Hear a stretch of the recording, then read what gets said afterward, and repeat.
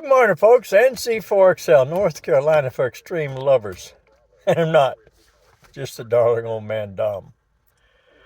I want to share something with you for some of the newer folks in amateur radio who may not understand something. The statement is we don't need to transfer information, i.e., part numbers and things like that, because the computer will pick it up. Well, I'm not a computer. I'm a human being. I do things on paper logging and then add it to the computer at time. And there's other activators and hunters that are out there that are practicing continually their emergency communication of passing traffic. And I guess I'm going to upset some people. This is not a contest. It's not a race. Make a quick contact and you don't need the information. In times of an emergency, and more than likely many of you watching the video have never had to rely on another source of power to operate a station in the time of an emergency, and or have handled traffic, whether it be Mars or medical traffic, training, things of this nature.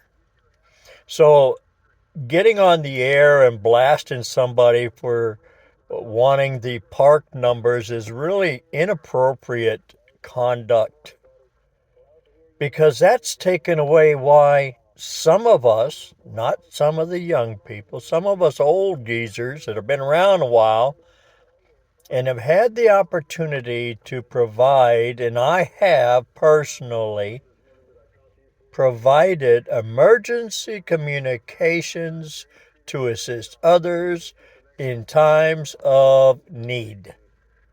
So telling somebody you don't need to pass the park numbers, I'm sorry, I'll voice my opinion. I'll probably lose a whole bunch of YouTube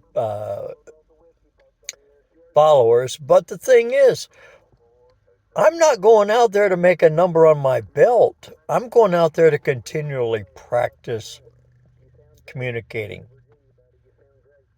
Whether it's 5 watts, if I decided to go QRP, whether it's with a vertical ground-mounted antenna, a wire in the sky, taking a dipole, leaving it on the ground because you can't do anything else, experimenting in times of an emergency. Because when emergencies happen, then we all think a different note. It's hurricane season right now. You're all sitting in your homes and you're comfortable. Oh, God forbid the hurricane comes in your path and destroys part of your town or floods part of your town, or your house is underwater. Then the mindset changes. And you're in a situation where you have a station, you're trying to figure out, how can I send traffic? Well, that's when we want other people on either side of our transmissions to be understandable and not bleed all over us. That's where we're trying to speak in proper phonetics to share information that might be life preserving and so forth. So again, if I upset you, I am honestly sorry. But I'm upset when people think it's so important to have a contest attitude and you don't need it because the computer's going to catch up. It's not that. Let's go again on what we're all out here to do. To learn how to operate our equipment under different circumstances for different reasons. Yes, have fun, but don't tell people they don't need this. We don't need 11-meter days again. We need a good conduct from our side, being amateur radio operators. May God bless. I'm sorry I've upset you, but that's just how this old man feels, and that's my opinion. Me, myself, and I, all three of us agree, and as long as we agree, I'm pretty good shape. The rest of the world, I don't expect hardly anybody to agree with me or not. But I'm going to request the park numbers or work real hard to try to pass that information, because that's how I practice every day. 73's NC4XL, North Carolina for extreme lovers. Oh, I'm not.